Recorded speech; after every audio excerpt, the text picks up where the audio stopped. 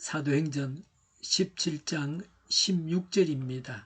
바울은 아테네에서 그들을 기다리고 있는 동안에 온 도시가 우상으로 가득 차 있는 것을 보고 격분하였다. 아멘. 바울이 전도했던 곳은 빌립보, 데살로니가, 베레아였습니다. 오늘 본문에서는 바울이 아테네까지 와서 복음을 전했습니다. 오늘날 동방교회의 중심지인 아테네입니다. 아테네는 앞에서 거쳐왔던 도시들과는 달랐습니다. 이전 지역에서는 박해로 인해서 달아나야만 했습니다. 그러나 아테네에서는 박해가 없었습니다. 사도행전 18장 1절에 보면 바울이 아테네를 떠나갔다고 했습니다. 바울은 잠시 아테네에 머물렀습니다. 아테네는 특별한 지역이었습니다. 아테네 외의 지역에서는 전도의 열매가 많았습니다. 핍박도 있었지만 전도의 열매도 있었습니다.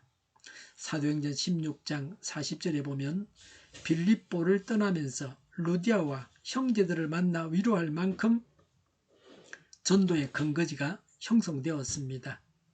데살로니가에서는 사도행전 17장 4절에서 경건한 헬라인 큰 무리와 적지 않은 기부인도 바울과 실라를 따랐다고 했습니다. 베레아에서는 사도행전 17장 12절에 믿는 사람이 많았고 또 헬라의 기부인과 남자가 적지 아니했다고 했습니다. 다른 지역에서는 사람들이 순수하게 복음을 믿고 받아들였습니다. 그러나 아테네에서는 그 결실이 적었습니다.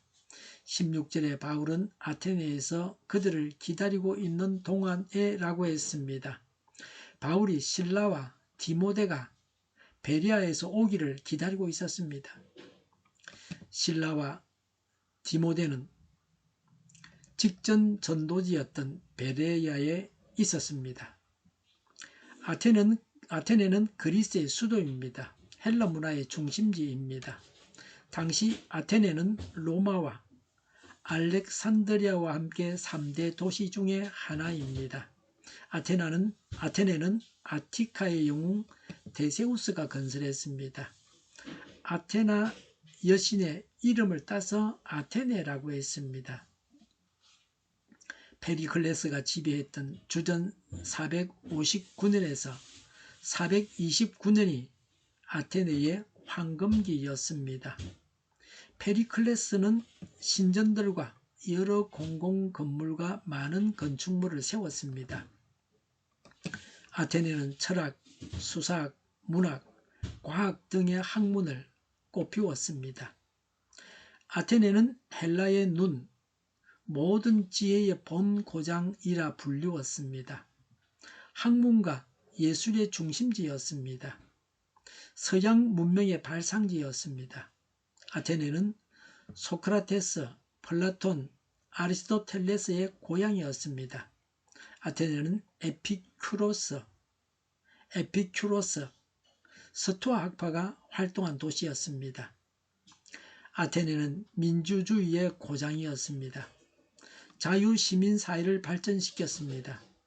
헬라의 찬란한 도시국가 연맹의 맹주로 활약했습니다. 그러나 전성기가 쇠하고 펠로폰네소스 전쟁, 주전 431년부터 404년 사이 그 기간에서 스파르타에 패한 뒤에 쇠퇴하기 시작했습니다. 주전 431년부터 주전 404년까지 있었던 펠로폰네소스 전쟁에서 스파르타에 져서 쇠퇴하기 시작했습니다. 아테네는 주전 338년에 마케도니아의 빌립 대왕에게 정복되었습니다. 아테네는 주전 86년에는 로마에 정복당했습니다. 그럼에도 아테네의 문화적 지배력은 계속 살아 있었습니다. 여전히 세계를 지배했습니다. 정치적으로는 로마가 서방 세계를 지배했습니다. 그러나 문화적으로는 로마도 헬라의 손안에 있었습니다. 아테네는 사도 바울이 갔던 당시에도 옛 영화의 자취를 고스란히 간직하고 있었습니다. 아테네 사람들은 그들이 세계적인 지성인이라는 긍지와 확신을 가지고 있었습니다. 그래서 새로운 것을 쉽게 받아들이기는 어려웠습니다. 세계 최고라는 것이 항상 옳은 것은 아닙니다. 지금도 마찬가지입니다. 하나님의 눈으로 볼 때는 인간들이 최고라고 하는 것이 아무것도 아니고 헛것인 경우도 많습니다. 왜 바울이 열심히 복음을 전했습니까? 16절에 온 도시가 우상으로 가득 차 있는 것을 보고 격분하였다고 했습니다. 아테네는 신전의 도시였습니다. 아테네는 히랍 신화에 나오는 신들의 사원들로 가득했습니다. 그 외에도 셀 수 없는 각종 신들과 우상을 위한 신상들이 거리와 광장과 마을마다 널려 있었습니다. 불신자의 눈으로 보면 이 모든 것들이 문명의 걸작품으로 보였습니다. 그러나 하나님을 경외하는 바울의 눈에는 어리석고 의분이 일어났습니다. 복음을 전하지 않고는 견딜 수 없게 했습니다. 세계 최고의 도시 아테네였지만 우상 숭배로 가득한 도시였습니다. 하나님의 시각으로 보면 형편없는 도시였습니다. 지금도 선진국에 가도 미신이 있습니다.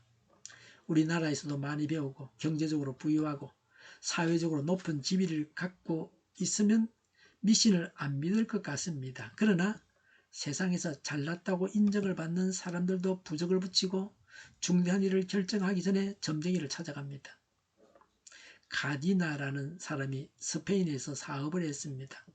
한 번은 결혼식에 참석했습니다. 교회당에서 결혼식을 하는데 주문을 외우는 사람, 금상을 들고 입 맞추는 사람, 각종 미신과 우상들을 교회에서 숭배하고 있었습니다. 그는 분노를 느껴서 하나님을 모르는 이들을 위해서 죽기까지 이곳에서 선교하겠다고 결심했습니다. 사업을 정리했습니다. 우상을 버리고 하나님을 믿으라고 열심히 증거했습니다. 많은 사람들이 그리스도께로 인도되었습니다. 그러나 가디나라는 우상 숭배자들에 의해 암살되고 말았습니다. 가디나라와 바울과 같은 심정으로 분노해야 합니다. 또한 복음을 전해야겠다는 각오와 안타까움을 가져야 합니다. 문화적으로는 최고였지만 하나님을 모르고 우상을 섬기는 사람들이 불쌍한 사람들입니다. 헛된 것들을 신으로 섬기고 있는 불쌍한 자들입니다. 하나님에 대해서 들어보지도 못한 자들입니다. 그래서 하나님은 바울이 예수님을 전해야 할 지역이 아시아가 아니고 유럽이라고 하셨던 것 같습니다. 우리나라 사람들도 전에는 물 떠놓고 무조건 빌었습니다. 해와 달과 별을 보고 빌었습니다. 무조건 살려달라고 했습니다. 복을 달라고 간구했습니다. 누구에게 기도하는 줄도 모르고 빌어대기만 했습니다. 우리나라 미신은 그 많은 것도 많습니다. 이사 가는 날을 받아야 합니다.